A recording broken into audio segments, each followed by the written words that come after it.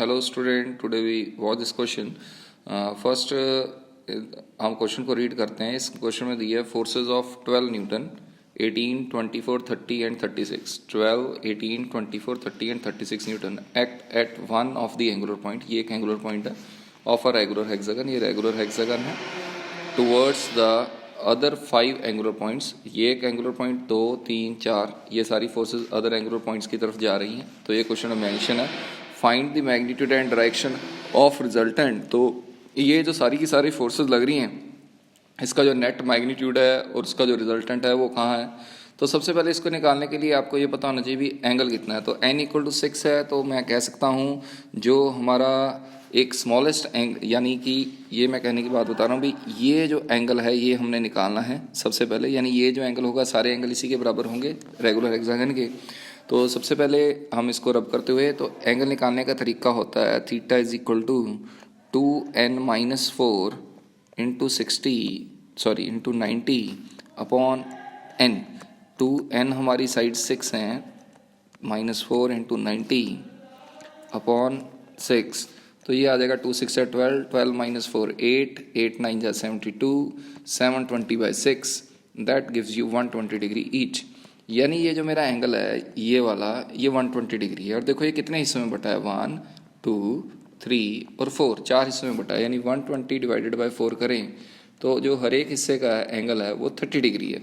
यानी ये भी 30 है, ये भी 30 है, ये भी 30 है और ये भी 30 है. तो चलो सर 30 डिवीज़न तो मैंने बता दिया. अभी हर एक एंगल को हम कैसे लिखना है ये देखना है हमने. ठीक है, तो मैं थोड़ा सा रब करते हुए तो देखो अब सबसे पहले हम ये एंगल लिखते हैं. ये वाला जो एंगल है वो 30 डिग्री है. ठीक है, दिस इज़ 30 डिग्री. अब मैंने दूसरा एंगल दूसरे कलर से लिखा. ये जो एंगल है मेरा यहाँ से लेके यहाँ तक 30 + 30, क्योंकि ये भी 30 है और ये भी 30 है. यानी ये टोटल एंगल कितना हो गया 60. अब मैं नेक्स्ट कलर लूँगा, ग्रीन ले लेता हूँ. तो मेरा यहाँ से लेके यहाँ तक ये जो एंगल है ये 90 है. 3 30 ऐड हो गए यानी ये 90 डिग्री है टोटल. यहाँ से लेके यहाँ तक 90 + 30 ये 120 हो जाएगा. तो ये जो मेरा एंगल है नया एंगल ये वाला यहाँ से लेके पूरा घूम के यहाँ तक ये एंगल कितना है 120 डिग्री. ठीक है, सारे एंगल पता लग गए.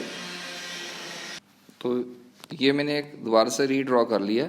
तो सबसे अच्छा मेथड होता है इसकी हॉरिजॉन्टल फोर्सेस निकालते हैं पहले. हॉरिजॉन्टल फोर्सेस का निकालने का तरीका है जितने भी एंगल हैं, जैसे सबसे पहले एक 12 है, 12 के आगे कॉस लिख दीजिए. एंगल बाद में डालूंगा. फिर 12 के बाद कौन आ गया सर 18, 18 के बाद कॉस लिख दीजिए. फिर 18 के बाद कौन आ गया 24 प्लस 24 कॉस लिख दीजिए. देन सर 30 आ गया, 30 कॉस लिख दीजिए. एंड लास्ट जो हमारा है वो कितना है 36, फिर कॉस लिख दीजिए. ये मेथड है. सर थीटा तो लिखा नहीं. जो पहला एंगल था वो ये था, वो कितना था 30 डिग्री. सॉरी पहला एंगल था 0 डिग्री. देखो ये 12 तो इधर ही बैठा ना, इसका तो इस एक्सिस के साथ कोई भी एंगल नहीं है, यानी ये 0 डिग्री. फिर जो 18 है उसका इस एंगल से एंगल कितना है ये सर 30 डिग्री है, यानी 30 आएगा. फिर 24 का 30 + 30 सर कितना हो गया ये 60 डिग्री आएगा 24 का. ये 30 + 30 ये 30 का कितना आ गया 90 आ गया सर. देन ये टोटल एंगल कितना है सर 120 डिग्री. तो ऐसे आपने सारे एंगल डाल लिए. तो सिमिलरली आप वर्टिकल निकालेंगे. तो वर्टिकल में ये जो कॉस है, कॉस की जगह सारी जगह साइन एलिमिनेट कर देंगे. यानी वर्टिकल आएगा 12 sin 0 प्लस 18 sin 30. सर ऐसे ही करेंगे तो लास्ट में जो हमारा आ जाएगा वो आएगा प्लस 36 sin 120. तो इन दोनों की वैल्यू कैलकुलेट कर लेंगे. इन दोनों की वैल्यू आ जाएगी, एक हॉरिजॉन्टल है और एक वर्टिकल है. तो जब हमने हॉरिजॉन्टल निकाला कैलकुलेट किया तो हॉरिजॉन्टल का जो नेट वैल्यू आई वो आप कैलकुलेट करिए कैलकुलेटर के साथ. तो you got that the answer of horizontal is 21.58 Newton. ठीक है. और जो वर्टिकल आया जो आपने सारा कैलकुलेट किया, तो वर्टिकल की जो वैल्यू है